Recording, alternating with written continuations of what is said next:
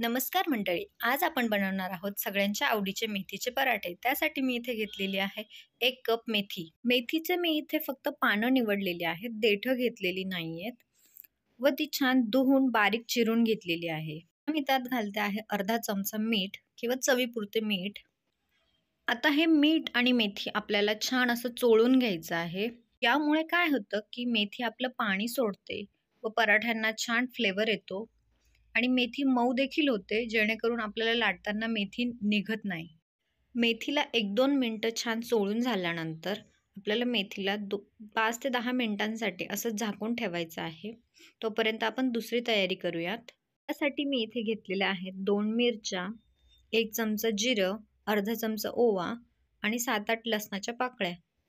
हे छान दळून घेतलेलं आहे व हे देखील आपल्याला मेथीमध्ये मिक्स करून घ्यायचं आहे। जर लसूण खात नसाल तर तुम्ही लसूण स्किप केला तरी देखील चालेल। आता मी घालते आहे थोडीशी हळद पावडर। यानंतर आपण जेवढ्या प्रमाणात मेथी घेतली होती त्याच प्रमाणात मी इथे गव्हाचं पीठ घेतलेलं आहे किंवा त्यापेक्षा थोडं जास्त घेतलं ते देखील चालेल। ते घालून घ्यायचं आहे व गरजेपुरतं पाणी टाकत आपल्याला हे छान घट्ट असं पीठ मळून घ्यायचं आहे।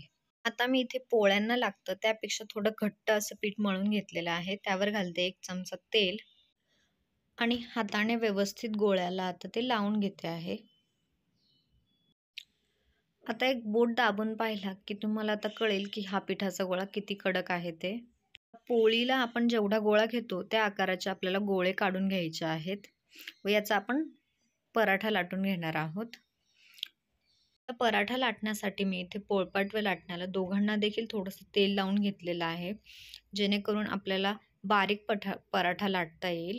पण चपाती ज्याप्रमाणे लाटतो त्याचप्रमाणे आपल्याला पराठा लाटून घ्यायचा आहे। फक्त आपल्याला लाटताना पीठ नाही तर तेल लावायचं आहे। आता तुम्ही बघू शकतात मी चपातीपेक्षा थोडा बारीक लाटलेला आहे पराठा। आता मी तव्यावर घालते आहे थोडंसं तेल। तुम्ही तुमच्या आवडीप्रमाणे तेल किंवा तूप काहीही वापरू शकतात किंवा तुम्हाला जर बिगर तेलाचे बनवायचे असतील तर तुम्ही फक्त थोडंसं तेल घालून नंतर पाण्याने पुसून घ्यायचा आहे तवा, जेणेकरून तो चिकन होतो व तुमचा पराठा चिटकणार नाही। मग तुम्ही ऑइल फ्री देखील बनवू शकतात। एक साईड थोडीशी शिजली की त्यावर थोडंसं तेल घालायचं आहे व पलटून घ्यायचं आहे आपल्याला। आता दोन्ही बाजूंना आपल्याला छान शिजून घ्यायचं आहे। दोन्ही बाजू छान खरपूस झाल्या की मग आपला पराठा तयार आहे। व्यवस्थित भाजलेले पराठे 4-5 दिवस देखील टिकू शकतात, त्यामुळे तुम्हाला जर बाहेर कुठे जायचं असेल तर तुम्ही हे पराठे नक्की घेऊन जाऊ शकतात। आता दोन्ही बाजूंनी छान खरपूस भाजल्यानंतर आपला पराठा तयार आहे।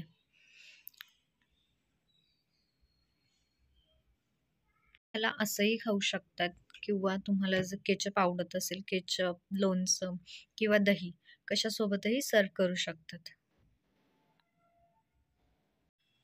तुम्ही देखील ही रेसिपी नक्की ट्राय करून बघा आणि जर रेसिपी आवडली असेल तर लाईक, शेअर आणि सबस्क्राईब करायला विसरू नका।